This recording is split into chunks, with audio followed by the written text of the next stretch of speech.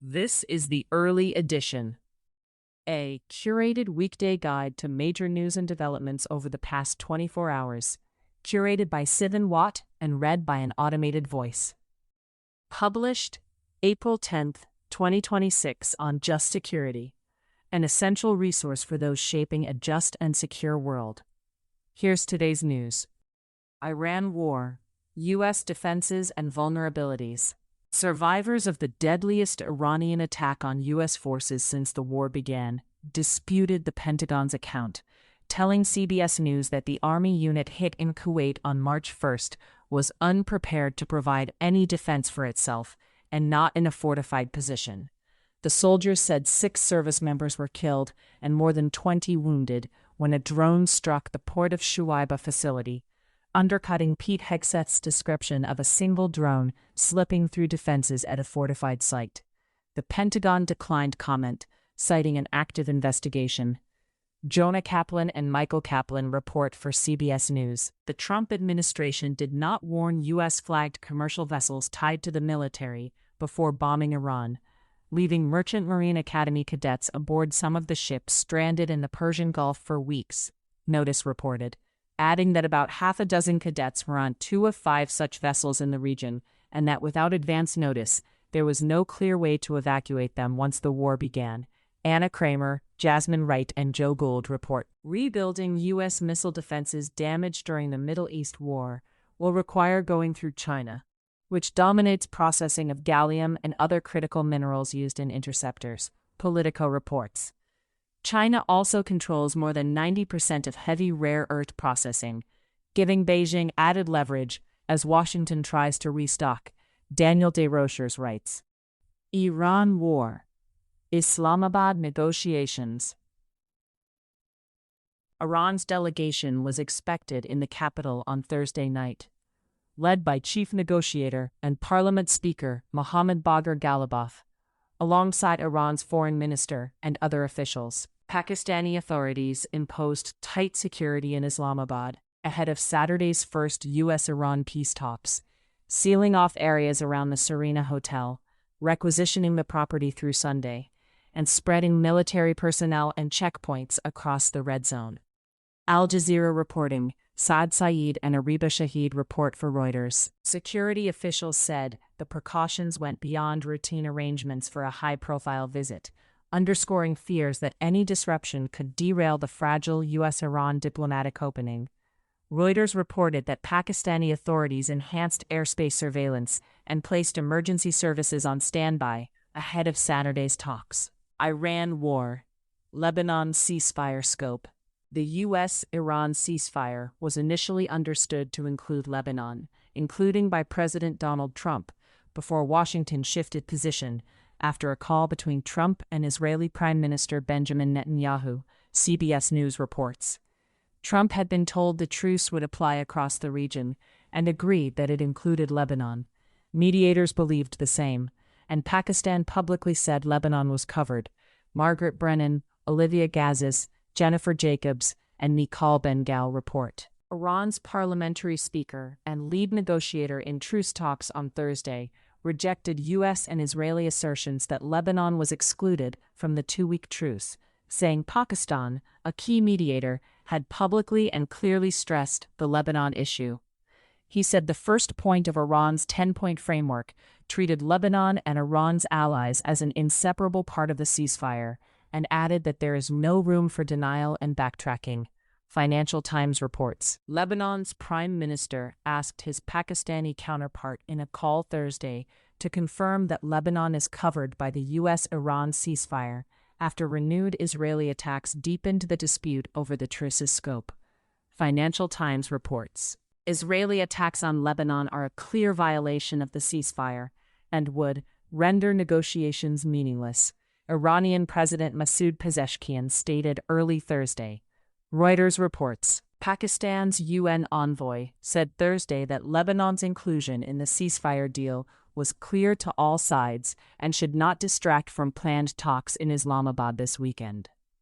Asim Iftikhar Ahmad said he did not understand the confusion because Lebanon had been clearly included in the Prime Minister's statement announcing the agreement. Associated Press reporting. European politicians pressed Thursday for Lebanon to be included in the truce after Israel's mass bombardment of Beirut further strained the U.S.-Iran deal. The calls underscored widening international resistance to Washington and Israel's position that the ceasefire does not extend to Israel's conflict with Hezbollah. Iran war, Lebanon negotiations. The State Department will host Israel-Lebanon talks in Washington next week, aimed at ending the current hostilities between Israel and Hezbollah, a U.S. official confirmed. A person familiar with the planning said the talks are expected to be led on the U.S. side by Ambassador to Lebanon Michel Issa, and on the Israeli side by Ambassador Yehiel Leiter. Matthew Lee reports for Associated Press. Lex Harvey reports for CNN. Reuters reporting.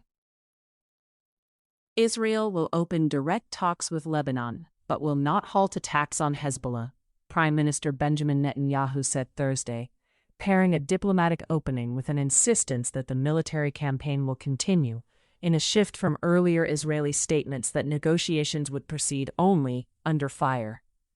Netanyahu said the talks would focus on disarming Hezbollah and formalizing peaceful relations, while the Washington Post reports that a Lebanese official said a temporary truce would be needed for negotiations to proceed. Reuters reports Sami Westphal, Susan Heidemus, Mohammed El-Chama, and Lior Soroka report for the Washington Post. Lebanon's president said he was pursuing a diplomatic track to achieve a ceasefire between Israel and Lebanon, followed by direct negotiations between them. An approach he said was beginning to be viewed positively by international actors. Lebanon had spent the previous day pressing for a temporary halt in hostilities between Israel and Hezbollah to open space for broader talks, according to a senior Lebanese official describing the effort to Reuters as a separate track but the same model as the U.S.-Iran truce. Hezbollah lawmaker Ali Fayyad said Thursday that the group rejects direct negotiations with Israel and that Lebanon's government should first secure a ceasefire before taking any further steps. The statement appeared to be Hezbollah's first public response since Netanyahu said Israel was ready to begin talks immediately. Reuters reports. A Pakistani source said Islamabad was also working on ceasefires for Lebanon and Yemen, where Israel has struck Iran-aligned forces. It will be discussed during the talks and we will settle it, the source said, according to Reuters. Iran war. Lebanon operations. Lebanon's health ministry said Thursday that Israel's Wednesday strikes across Lebanon killed at least 303 people, up from its previous count of 254 deaths, and wounded 1,150, raising the overall death toll since the March 2 assault to 1,888, and those injured to over 6,000, while warning that the figures remained preliminary, Financial Times reports. President Donald Trump said Thursday that he had asked Israeli Prime Minister Benjamin Netanyahu to scale back Israeli strikes in Lebanon, adding that the Prime Minister agreed to low-key it ahead of talks in Pakistan. The comments came a day after the deadliest Israeli strikes in Lebanon since the war began, even as Netanyahu said Israel would keep hitting Hezbollah and had approved direct negotiations with Lebanon. Netanyahu said Thursday that Israel will continue to strike Hezbollah wherever required. In a social media post, he warned that whoever acts against Israeli civilians will be struck, and tied continued military action to restoring full security to the residents of the North. Financial Times reports. Haley Ott reports for CBS News. Israeli Defense Minister Israel Katz said Israel would press ahead with its offensive against Hezbollah, arguing that Iran was seeking a Lebanon ceasefire because it feared Israel would crush the group. He said the IDF was ready to respond in force if Tehran resumed missile fire, that strikes would continue throughout Lebanon wherever Hezbollah launched rockets, and that the ground campaign aimed to create 4 control lines south of the Litani River. The head of Israel's military said Thursday that the army's mission in Lebanon is to keep deepening the damage and weakening Hezbollah, Lieutenant General Eyal Zamir, speaking to troops inside Lebanon, said the objective was to remove the direct threat to residents of northern Israel. Associated Press reporting, a senior Israeli official said Thursday that the IDF was preparing to scale down its attacks in Lebanon, Reuters reports. Israeli forces struck roughly 10 launchers in Lebanon on Thursday, after Hezbollah fired rockets toward northern Israel, according to the IDF. Sirens sounded repeatedly in communities near the Lebanese border throughout the day, as the Israeli military said it was continuing to locate and dismantle additional launchers. Associated Press reporting. An IDF strike on a residential building in the southern village of Zrarieh killed multiple people, while a separate airstrike in Beirut's southern Shia neighborhood heavily damaged 3 residential buildings, Lebanon's state news agency reported. Financial Times reports. The Israeli military said Thursday that it had struck Hezbollah launch sites in Lebanon, and Hezbollah said it responded Friday with a rocket barrage.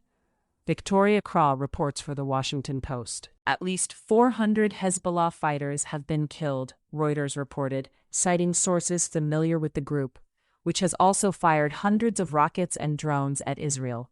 Reuters reports. Hezbollah said it carried out at least 20 military operations against Israel and its forces on Thursday, including attacks on Israeli vehicles inside Lebanese territory and rocket fire into northern Israel.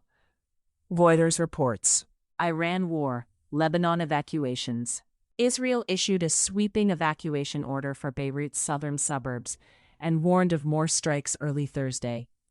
The IDF's latest evacuation post included a map that marked the southern part of the capital in red, including an area between the airport's runways. Previous orders have not listed the seaside Jnah district, although it has been bombed, the Financial Times reported. The World Health Organization chief urged Israel to reverse its evacuation order for Beirut's Jnah area, saying the directive covers 2 major referral hospitals and renders evacuation operationally unfeasible. In a post on X, WHO chief Tedros Adhanom Ghebreyesus said the hospitals are full, including with patients wounded in Wednesday's strikes, and that about 450 patients and 5 shelters housing more than 5,000 people are affected. The Associated Press reports. Joel Gunter reports for BBC News. Iran war. Inside Lebanon. The Lebanese government instructed the army to strengthen its control over Beirut and secure state monopoly on weapons in the capital, a move that points to renewed pressure on Hezbollah's weapons. Prime Minister Nawaf Salam said the move came after Israel's heaviest strikes yet on Beirut and was designed to protect citizens, amid a fraught push to harden the government's stance without triggering civil strife. Lebanese officials declared a day of mourning after Wednesday's attacks on densely populated areas, which they described on Thursday as a massacre. Reuters reports. Iran war, Strait of Hormuz. Iran appeared to retain a chokehold on traffic through the Strait of Hormuz on Thursday night, according to ship tracking data. The Botswana-flagged LNG tanker Midi turned back early Friday after attempting to exit the Gulf via a route ordered by the Revolutionary Guard, and Keppler recorded only 4 tankers and 3 bulk carriers passing through on Thursday. The Strait of Hormuz remains effectively choked off, with traffic still about 90% below normal and roughly 600 cargo vessels trapped, Lloyd's List Intelligence says. According to the firm's Thursday briefing, every ship that had transited since Monday had an Iranian nexus through trade, ownership, or sanctions links. Victoria Kra reports for The Washington Post. The head of Abu Dhabi's state oil company said Thursday that the Strait of Hormuz is not open, warning that access is being restricted, conditioned, and controlled by Iran. Sultan Al Jaber said passage through the waterway remains subject to conditions and political leverage. Laura Sharman reports for CNN. NATO Secretary-General Mark Rutte said the alliance could play a role in a UK-led coalition planning to keep the Strait of Hormuz open. He said the effort would likely involve practical support such as mine hunters, frigates, and radar technology. Financial Times reports. President Donald Trump pressed NATO allies on Wednesday to spell out within days how they would support a military mission to secure shipping through the Strait of Hormuz. Bloomberg and the Financial Times report that he renewed the demand in talks with Mark Rutte, though European governments involved in UK-led planning have so far resisted any deployment while the fighting is ongoing. Financial Times reports. Reuters reported Thursday that TASS, citing an unnamed senior Iranian source, said Iran would permit no more than 15 vessels a day to pass through the Strait of Hormuz under the U.S.-Iran ceasefire, signaling a limited reopening of the strait rather than a full restoration of shipping. The European Commission urged Iran to abandon its new toll on ships transiting the Strait of Hormuz, saying international law guarantees free navigation through the waterway. The Commission said that means no payment or toll whatsoever, though it added that any decision on whether to pay Tehran's $1 a barrel charge rests with shipping companies. In the first 24 hours of the ceasefire, only one oil products tanker and 5 dry bulk carriers sailed through a strait that had typically handled around 140 ships a day before the war. Reuters reports. Trump said Thursday that Iran's leadership must not impose fees on tankers crossing the Strait of Hormuz, as shipping through the choke point remained largely frozen. Writing on Truth Social, he warned Tehran to stop if it was charging vessels, and said Iran was doing a very poor job of allowing oil traffic to resume. Trump publicly cast doubt on the ceasefire's effectiveness Thursday, accusing Iran of failing to allow oil to move through the Strait of Hormuz as agreed. In 2 Truth Social posts, he objected both to continued restrictions on shipping and to reports that Iran may be charging fees on vessels using the waterway. The British Prime Minister spoke with Trump about reopening the Strait of Hormuz as he continued a Gulf trip focused on restoring tanker traffic through the waterway. Downing Street said Starmer was in Qatar when the two spoke, after stops in Saudi Arabia, Bahrain, and the United Arab Emirates. Associated Press reporting. Iran war. Strikes in the Gulf. Drone strikes hit Kuwait late Thursday, including vital facilities and a National Guard base, the Gulf state said, accusing Iran and its proxies of the attacks. Associated Press reporting. Iran's Revolutionary Guard later denied launching any attacks on Gulf states Thursday, saying that if the reports were true, the attacks were without a doubt the work of Israel or the United States. Associated Press reporting. The Saudi Energy Ministry on Thursday issued its first public accounting of broad wartime damage to the kingdom's energy sector, saying strikes hit oil, petrochemical, and power facilities across multiple regions. The ministry said a pumping station on the east-west pipeline was among the hardest hit, cutting throughput by about 700,000 barrels per day, while disruptions at Manifa and Koussa reduced output by a further 600,000 barrels per day. It also gave the kingdom's first publicly acknowledged casualty toll, reporting that 1 industrial security guard was killed and 7 others were wounded. Associated Press reporting.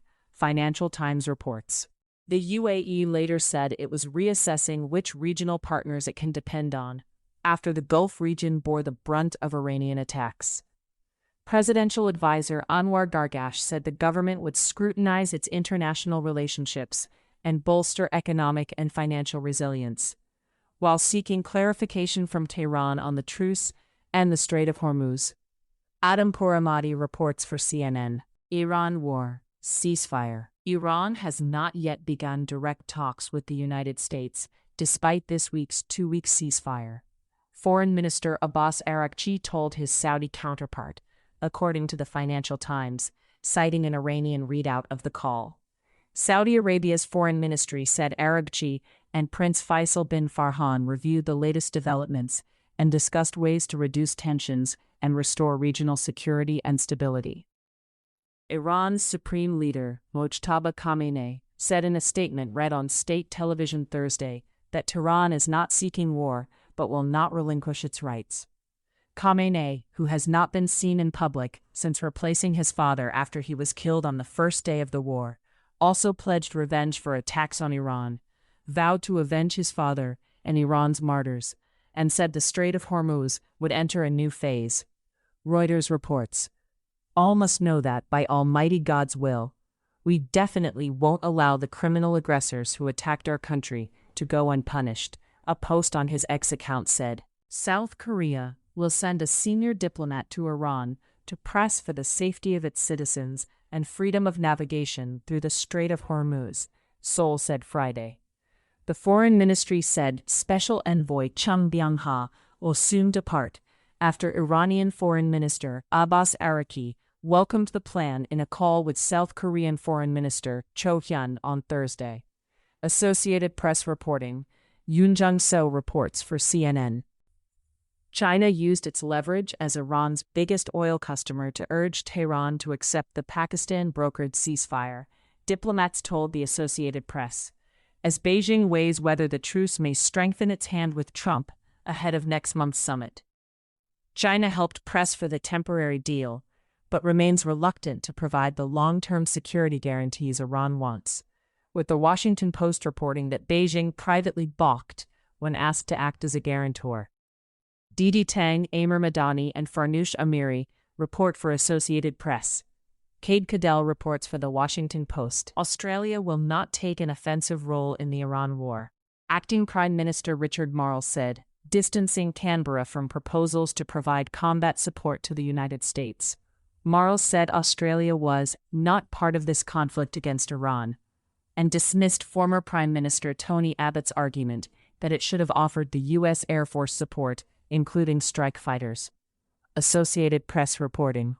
British Prime Minister Keir Starmer said progress on the ceasefire should be judged over the coming days, not on day 1 or day 2, as he called for toll-free navigation through the Strait of Hormuz, and said Israel was wrong to continue attacking Lebanon. Speaking in the Gulf, Starmer said his recent discussions with regional leaders and industry executives had focused on what happens in the next 2, 3, 4 days. Financial Times reports. Iran war. U.S.-related developments. House Democrats failed Thursday to force a vote on a resolution that would require President Donald Trump to obtain congressional approval before launching further attacks on Iran. During a brief pro forma session, Representative Glenn Ivey tried to bring the measure up, but Representative Christopher Smith declared the House adjourned before any vote could occur. Associated Press. The State Department summoned Iraq's ambassador to protest Iran-backed militia attacks, including what it described as an ambush of U.S. diplomats, and warned that Baghdad has not done enough to stop them. In a statement Thursday, Deputy Secretary of State Christopher Landau said Iraqi authorities had taken some responsive steps, but cautioned that support for militias by elements tied to the Iraqi government is damaging bilateral relations. Jennifer Hansler reports for CNN, Associated Press reporting. Pro-Iran groups have used artificial intelligence-generated memes to troll Trump and shape the narrative around the war. The Associated Press reports. Analysts said the posts, which depict Trump as old, isolated, and out of step, and have drawn millions of views across social platforms, appear linked to Tehran-backed actors seeking to stir enough discontent to weaken Western resolve. Iran war, other developments. A former Iranian foreign minister, Kamal Karazi, died late Thursday after being wounded in an airstrike last week, according to Iranian state television. Karazi previously served in Mohammad Khatami's government and later as a foreign affairs advisor to the late Supreme Leader Ayatollah Ali Khamenei. The United Nations stepped up its engagement Thursday, with the Secretary General's envoy meeting Iranian officials and humanitarian representatives in Tehran, as the organization discussed what role it might play in ending the conflict. In a separate statement, the UN warned that the fighting in Lebanon poses a grave risk to the ceasefire, said there is no military solution to the conflict, and noted that Israeli evacuation orders in Beirut's southern suburbs cover UN sites and 13 shelters housing more than 6,000 displaced people. Associated Press reporting. Differences between the English and Persian versions of Iran's 10-point plan underscore how unsettled the parties remain on Tehran's right to enrich uranium. Al Jazeera writes in an explainer on the competing U.S. and Iranian proposals. Other global developments. Britain said Thursday that a Russian Akula-class attack submarine and 2 Gugi deep-sea vessels conducted a month-long covert operation near undersea cables and pipelines north of the UK. Defense Secretary John Healey said British and Allied forces, including Norway, tracked the vessels and forced them to retreat, adding there was no evidence of damage to underwater infrastructure. Reuters reports, BBC News reports. The UK said it responded by deploying HMS St. Albans, RFA Tidespring, Merlin helicopters, RAF P-8 aircraft, and sonobuoys in an overt operation meant to show Moscow it had been detected. Healey warned Putin that, "We see you," while the government also pointed to an additional £100 million for P-8 submarine hunting aircraft and the Atlantic Bastion program to bolster protection of critical undersea infrastructure. Israeli Prime Minister Benjamin Netanyahu's long-running corruption trial will resume on Sunday, after Israel lifted the state of emergency imposed during the war with Iran on Wednesday evening. A court spokesperson said, "Hearings will proceed as usual, with sessions scheduled from Sunday through Wednesday." Stephen Shear reports for Reuters. ICE shooting. Renee Good. A federal judge in Minnesota ordered the government to turn over a broad set of unredacted records related to Jonathan Ross's killing of Renee Good for in-camera review, including Ross's personnel and training files, witness statements, cell phone data, body camera and vehicle footage, and medical and fitness for duty records. Judge Jeffrey M. Bryan said Thursday that the material, which must be provided by May 1st, could be relevant to sentencing in the separate Munoz Guatemala case, because Ross's conduct may bear on mitigation, with disclosures to the defense to be determined later by a magistrate judge. Jeff Day reports for the Minnesota Star-Tribune. Noah Hurwitz and Austin Campbell report for The Intercept. Wired reported that Minnesota investigators' attempts to obtain access to evidence in Good's killing were ignored by the FBI for at least 2 days, offering new detail on the breakdown that later led Minnesota officials to sue for access to federal shooting records. BCA Superintendent Drew Evans repeatedly texted an FBI official on January 7th, seeking inclusion in interviews and coordination over evidence. Shortly before the FBI told the agency it would lead the case alone and the BCA would lose access to case materials and interviews. Caroline Haskins reports for Wired. U.S. immigration developments.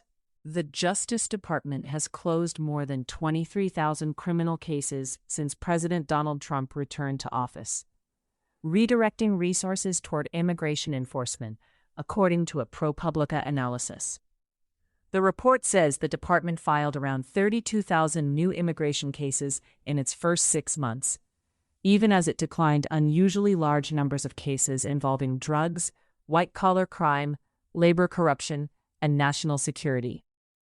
Ken B. Morales and David Armstrong report. Representative Angie Craig, Democrat, Minnesota, said ICE allowed her to inspect the Bishop Henry Whipple Federal Building in Minneapolis during an unannounced oversight visit Thursday, and that the holding area appeared in fairly decent order.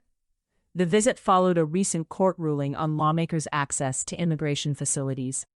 Craig said she faced a delay before being allowed in, and was not permitted to speak with the one detainee she was told was being held there. Max Nestorak reports for the Minnesota Reformer. ICE agents have begun leaving some U.S. airport security checkpoints after helping TSA manage long lines during the partial government shutdown, CNN reports. The pullback began last week at some of the 14 airports where Trump deployed ICE on March 23rd, after TSA call-out rates fell once the administration moved to pay workers.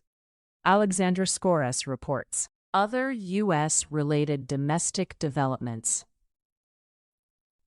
A Chinese pharmaceutical firm hired lobbyists tied to Donald Trump Jr. and then won a rare victory before the U.S. National Security Panel that reviews foreign investments. Reuters reports. Public filings and documents reviewed by Reuters show that Brand Pharmaceutical Group hired Checkmate, a firm led by Trump Jr. associate Ches McDowell, before CFIUS rejected a U.S. startup's bid to force a review of Grand Pharma's stake in a laser device company with possible military uses. Alexandra Alper reports for Reuters. Florida officials have opened an investigation into OpenAI and ChatGPT over their alleged role in the 2025 Florida State University shooting. NBC News reports that court documents indicate the accused shooter exchanged more than 200 messages with ChatGPT, including questions about mass shootings and the FSU Student Union, while OpenAI said it would cooperate with the inquiry. Doha Madani reports. A federal judge granted President Donald Trump more time to pursue jurisdictional discovery before responding to the BBC's motion to dismiss his libel suit. In an April 9 order, Judge Roy Altman said it was reasonable to allow discovery into the BBC's jurisdictional ties before further briefing, extending Trump's deadline to June 1 and the BBC's reply deadline to June 15, Josh Gerstein reports. Trump administration actions. A White House official told Reuters that President Donald Trump is considering withdrawing some U.S. troops from Europe. Graham Slattery and Steve Holland report for Reuters. Trump officials are redirecting U.S. counterterrorism efforts toward Antifa and other far-left groups and pressing allies abroad to do the same. A New York Times investigation revealed. The Times says the administration is planning international meetings on the issue, even as some officials worry the shift is drawing attention and resources away from more immediate threats, including those related to Iran. Jack Nickus, Alan Foyer, Martina Stevis-Gridneff, Edward Wong, and Jim Tankersley report. The Trump administration has pressured immigration judges to speed deportations, threatening discipline and firing judges seen as out of step with its enforcement agenda. A New York Times investigation found. Since Trump returned to office, more than 100 immigration judges have been dismissed and 143 replacements installed, as deportation orders rose and asylum grants fell below 10%. It said the drop reflected more than tougher rulings on Biden-era arrivals. Fired judges tended to be more immigrant-friendly. The administration targeted courts seen that way, and a June 2025 memo threatened discipline for perceived bias against DHS. Nicholas Nehamas, Allison McCann, Stephen Rich, Jasmine Ulloa, and Hamed Aliaziz report. Federal prosecutors' effort to directly search devices seized from Washington Post reporter Hannah Nadenson appeared to face fresh hurdles Thursday, as a federal judge seemed skeptical that an earlier ruling had actually impeded the Justice Department's investigation, while a magistrate judge later continued building a court-led review of materials that Nadenson and the Post say include years of reporting files and more than 1,200 confidential sources. The magistrate judge also refused prosecutors' request to pause the process, allowed the FBI to resume processing accessible data, and said he would keep moving forward until someone tells me to stop. Perry Stein reports for The Washington Post. Health and Human Services Secretary Robert F. Kennedy, Jr. has rewritten the charter governing the Centers for Disease Control and Prevention's Vaccine Advisory Committee, expanding the panel's remit after a federal judge temporarily blocked an earlier overhaul of federal vaccine policy. The new rules direct the committee to examine alleged gaps in vaccine safety research, cumulative effects of the childhood schedule, ingredients such as aluminum, mRNA platforms, and foreign vaccine schedules, while also adding non-voting liaison roles for vaccine-skeptic groups. Brenda Goodman reports for CNN. Sophie Gardner and Lauren Gardner report for Politico. Justice Department transition. On his first official day as acting Attorney General, Todd Blanche issued a series of memos to Justice Department staff outlining his initial priorities and announcing senior staffing moves. Thursday's memos reiterated President Donald Trump's pledge to protect America, thanked the department's former head, Pam Bondi, and named Trent McCotter Principal Associate Deputy Attorney General, while saying Colin McDonald would continue assisting the Deputy Attorney General's office alongside his role leading the department's new fraud division. Paula Reed reports for CNN. A fierce struggle is underway over who will lead the department after Bondi's ouster, with Politico reporting that the fight has become a broader battle over control of a department already under strain from internal conflict, veteran departures, and credibility problems in the courts. Harmeet Dillon and Blanche appear to be central contenders, while Jeanine Pirro, Lee Zeldin, Ed Martin, and Stanley Woodward are also described as key players in the succession fight. Maya Ward, Kyle Cheney, and Josh Gerstein report. Trump administration litigation. A federal judge ruled Thursday that Defense Secretary Pete Hegseth's second attempt to restrict reporters' access to the Pentagon failed to comply with his recent ruling that the earlier policy violated the First and Fifth Amendments. In the New York Times ongoing suit, Judge Paul Friedman said the Defense Department had attempted an end run around his March 20th ruling by issuing an interim policy that used slightly different language to achieve that same unconstitutional result, and ordered the restoration of the same Pentagon access reporters had before the new restrictions. Eric Wemple reports for the New York Times. Jacob Rosen reports for CBS News. Scott Nova reports for The Washington Post. The Fifth Circuit denied rehearing en banc by the full court of its 2-1 decision upholding the Trump administration's mandatory detention policy, leaving Supreme Court review as the likeliest next step. The panel's February ruling in the consolidated Buenrostro-Mendez and Covarrubias cases held that certain non-citizens present in the United States without lawful admission can be subjected to mandatory detention without bond, and Thursday's order noted that no active judge requested a poll of the full court. A federal judge in Boston issued a preliminary injunction blocking the Education Department from compelling public universities in 17 states to submit broad data on race and admissions practices. Judge F. Dennis Saylor IV said the Education Department had statutory authority to seek the information, but faulted the rushed and chaotic manner in which it imposed the new reporting requirements, including inadequate engagement with universities, Reuters reported. A unanimous Third Circuit panel stayed most of the federal court's order requiring restoration and maintenance of the president's house site near Independence Hall, pending appeal. The panel's Thursday order put on hold Judge Cynthia Ruffy's restoration, maintenance, and public access requirements, while leaving intact provisions barring further changes, requiring preservation of removed items, and directing the government to preserve the status quo. Thank you for listening to Just Security's early edition today, April 10, 2026.